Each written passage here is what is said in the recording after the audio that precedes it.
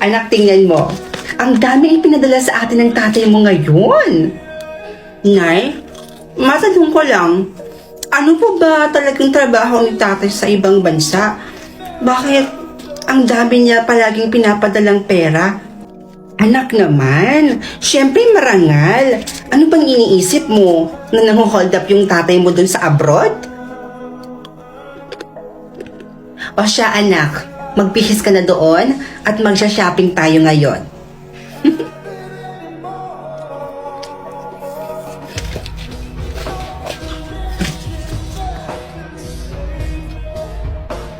Nay, nagpadala na naman ba sa inyo si tatay? Di ba kakapadala lang niya nung isang araw? O bakit anak? Ayaw mo ba ng ganon? Na marami tayong pera? O ito na ha. Ayan, baon mo yan. O yan ako, ubusin mo yung pera mo na yan ha. Kung gusto mo, mag-shopping ka ngayon din. Oo, para mas mabilis maubos yung pera mo. Tapos kapag naubos na, humingi ka sa akin ulit, ha? Ano kaya kayo ng mga kaibigan mo? Puntahan nyo kung ano yung gusto nyong puntahan, mag-travel kayo, ganun-ganon. Gumastos ka lang anak, humingi ka lang sa akin kapag naubos na yung pera mo. Huwag na po, Nay. Itatabi ko na lang ito. Sayang din pangdagdag ng ipon ko. Bala ko kasi sanang bumili ng sasakyan.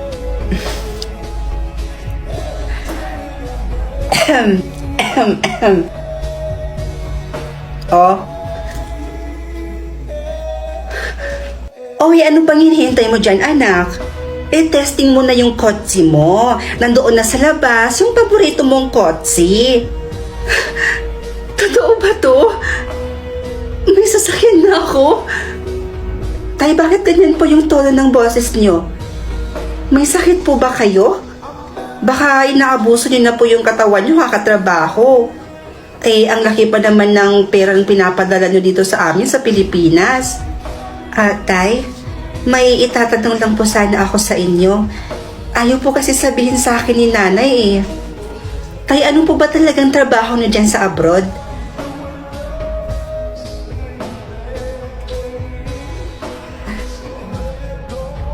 Sige po, tay. I love you too.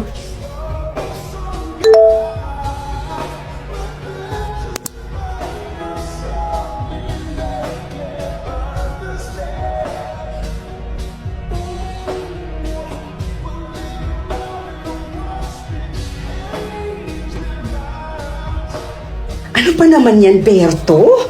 Magpagaling ka na yan. Paano naman tayo yan kapag umuwi ka?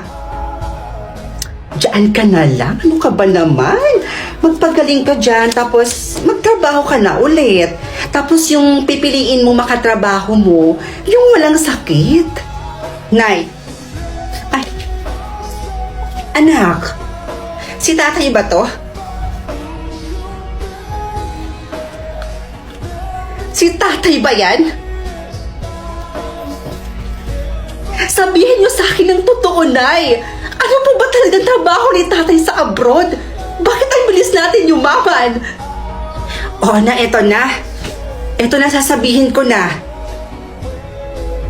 Ang trabaho kasi ng tatay mo sa Malaysia, anak. Isa siyang keyboard actor sa Malaysia. Ano? Nakikipagtalik ang tatay mo sa mga kapwa ng lalaki, anak. Para kumita ng malaking pera. Pero ang kapalit naman nito, kailangan daw videohan. All this time, alam nyo yung trabaho ni tatay sa abroad, pero hindi nyo siya pinigilan? Pero anak, alam mo namang kahit isang tuka lang tayo noon. Pero kita mo ngayon, ang dami na nating pera, ang ganda ng bago nating bahay, at ang laki-laki. Tapos nabibili na natin lahat ng gusto natin. 'Di ba? Dahil lang yun sa trabaho ng tatay mo, anak. Wala akong pakialam, Nay.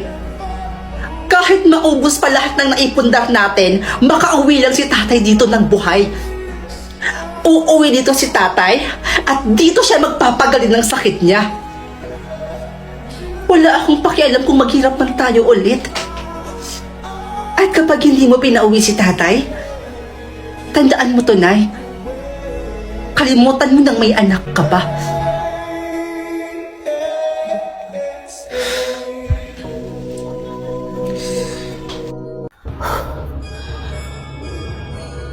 Ano, Ningning? Ba't ganyan yung itsura mo? Bakit parang pagod na pagod ka? Tumakbo ka ba? Alam niyo mga ate, nakita ko si Kuya Thomas kanina. At aba, may kasama na siya kaagad ibang babae. Alam niyo kung anong ginawa ko sa kanya? Pinagbabato-bato ko siya nitong hawak kong mga notebooks. At pinagsabihan ko rin siya ha. Sabi ko, duwag ka at hindi mo kayang panagutan yung pinagbubuntis ng ate ko. Luningning naman, bakit mo naman ginawa yon? Eh ano naman yung sinabi niya sa'yo? Ayun, sabi niya sa akin, umalis na daw ako sa pamilyang to, bago ko pa daw pagsisihan ng lahat. Alam mo yun, ang weird niya ha, ano yun, joke? May malagim na sikreto daw yung pamilya natin, kaya hangat maaga pa raw, umalis na lang daw ako. At hindi daw siya ang ama ng pinagbubuntis mo, ate. Eh, sino ama ng batang dinadala mo? Eh, siya naman yung naging boyfriend mo, di ba? At wala nang iba. Siya lang naman yung gumagalaw sa'yo gabi-gabi at naririnig ko dyan sa kwarto ninyo.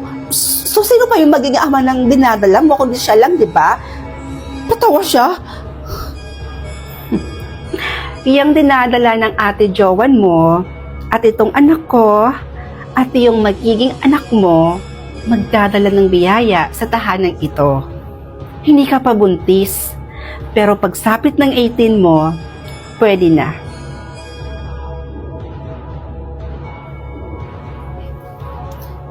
Hello, Tay? Tay! Kamusta na po kayo dyan?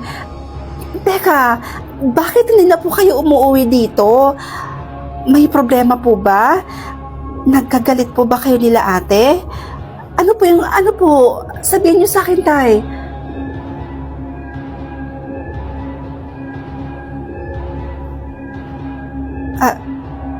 Dapat nga ho, nandito po kayo para matulungan niyo po akong mag-alaga sa mga apo niyo. Si Ate Lena, buntis na po siya ngayon ay. Alam niyo po ba yon?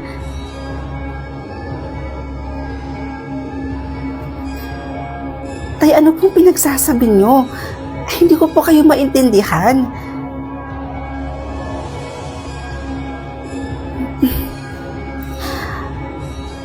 Tay, kung aalis ako dito, walang kasama sila ate dito. Paano naman po sila?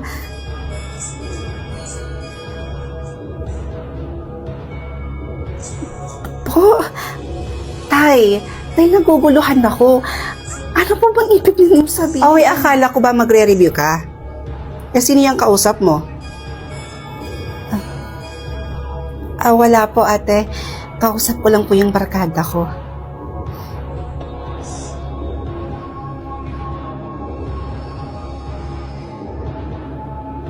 Oh, gising ka na pala.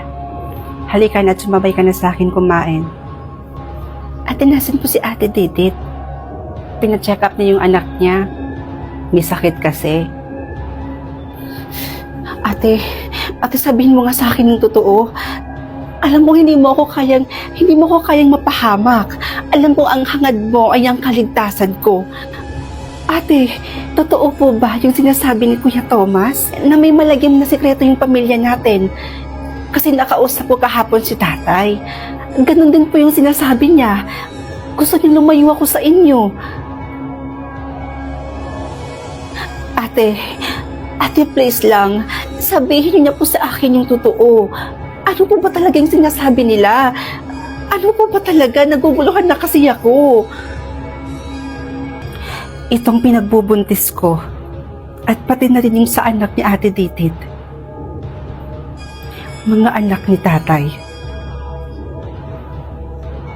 Ano?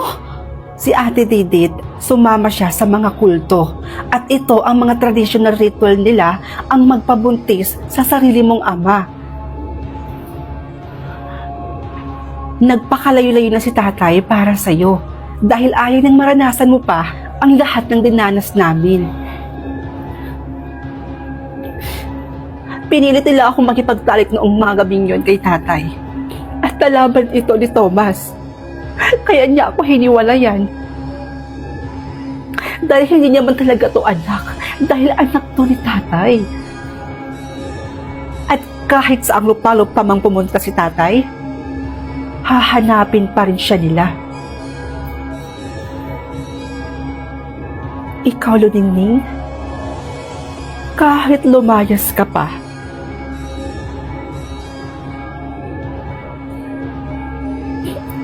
wala ka na ring takas.